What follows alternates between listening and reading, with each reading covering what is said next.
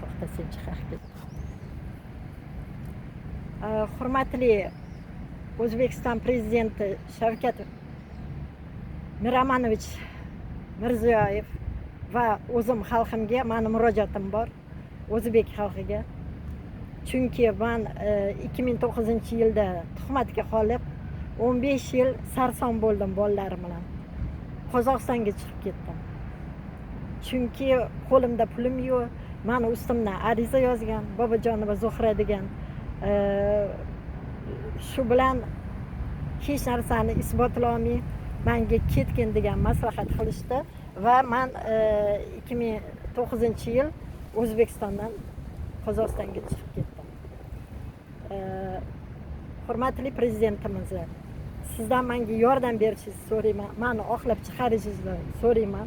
Chunki bu Bobojonova Zuhra eshitishim bo'yicha Xorazmda o'zini erini xuddi menga ariza yozgan ustidan unga yozgan, endi hozir 2009-yilda menga yozib qamatgan ekan. Xuddi shu nima bilan usul bilan meni qamatmoqchi bo'lgan. Menga tuhmatlar qilib 2009-yil ariza yozgan. Shu bilan menda qo'limda pulim yo'q, men nogiron o'g'lim bor, uni lecheniyalari bilan umrim o'tdi. Shu bilan men chiqib ketishimga majbur bo'ldim. Meni oqlab chiqishinglarni so'rayman. Men 102 ga ham telefon qildim, yordam beringlar deb 3-aprelda 3-aprel menimchada ular Rovodaga nima telefon berishdi. Rovoda Yakkasaroyskiy Rovoda, chunki men Yakkasaroyda ijarada yashayman. Yakkasaroyskiy Rovoda uni Sergelida ish bo'lgan ekan. Sergeliga boring dedi. Mana shunaqa gaplar. Men hozir ichimga sig'may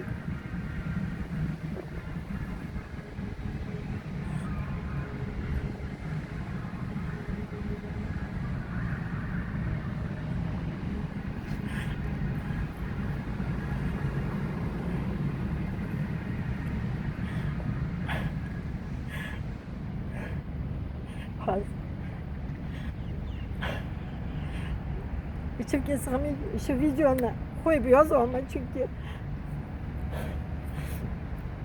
tuhmat yomon narsa ekan. Menga yordam berishingizni so'rayman. Chunki 2013-yil Qozog'istonda kichkina qizim bor edi, 3 yashar. Keyin meni shunaqa problemam bu yoqda O'zbekistonda bo'lgan ekan. Deb sen yozib bergan nima qilib bir narsalar yozganman, esimda yo'q.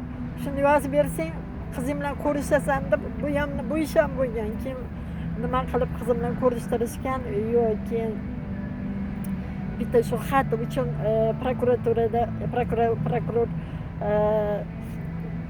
yozib ber deb nima qilgan menga. U yoqda endi nima qilishganda pasportimni prasrochka bo'lib nima bo'lgandan keyin ular ham bilishganman nimada bo'lgan ekanman, qidiruvda bo'lganligim.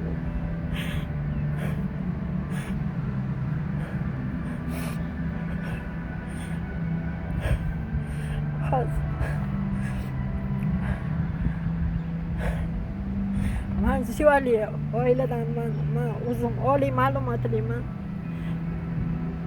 Bizning oilada bunaqa narsalar bo'lmagan. Hammasini tekshirib chiqib meni oqlashinglarni so'rayman. Chunki bu og'ir yuk. Men hozir O'zbekistonga keldim 24-yil. Men na uy-joy qilishga ulgurdim. Mana hozir ikkita bolalarim bilan sarsonmiz. Ijaraga bir xilda pul ham topolmaymiz.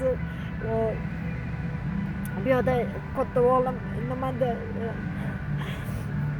nogiron, uni lecheniyasi bor. Shavkat Miromonovich xalqimdan yordam so'rayman. Chunki bu tuhmat qilganini biladi. Men Bobojonova Zuhrani haqiqatan men tuhmat qildim deb yozib berib nima qilsa, men kechiraman bu ayolni. Men kechiraman, boshqa hech ustidan ham nima qilib yozmayman. Lekin menga nima qilishini so'rayman. Shu haqiqatdan ham tuhmat qilgan deb bo'yniga olishini so'rayman.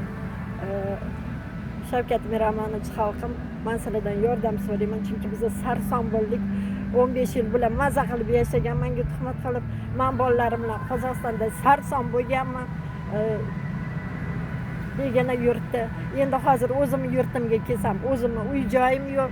Biz ijaradamiz, biz qiynaldik. Endi 15 yil umrim, yaxshi hayotlarimiz 15 yilligimizni mana shunaqa sarson bilan o'tdim. Men so'rayman, yordam so'rayman, chunki hech qanaqa nima yo'q. Men portalga ham necha marta telefon qildim, hokimiyatga ham chiqdim. Bizaga birinchidan mana shu oqlab chiqarib nima qilishni so'rayman. Keyin bizani bolalarim bilan shu yaxshi nom, biza haqligimizni isbotlashda yordam berishingizni so'rayman. Xalqimdan ham so'rayman. Chunki menga hozir advokatga ham nimalarim yo'q, bunga sarflashga ham meni pulim yo'q. Biz hozir ijaradamiz, ijaradan ham mana hozir bo'shatishimiz kerak, boshqa joyga chiqishimiz kerak. Qiynalib qoldik. Shu uchun men Shavkat Miromonovich sizdan, o'zim prezidentimdan yordam so'rayman. O'zbek xalqidan yordam so'rayman.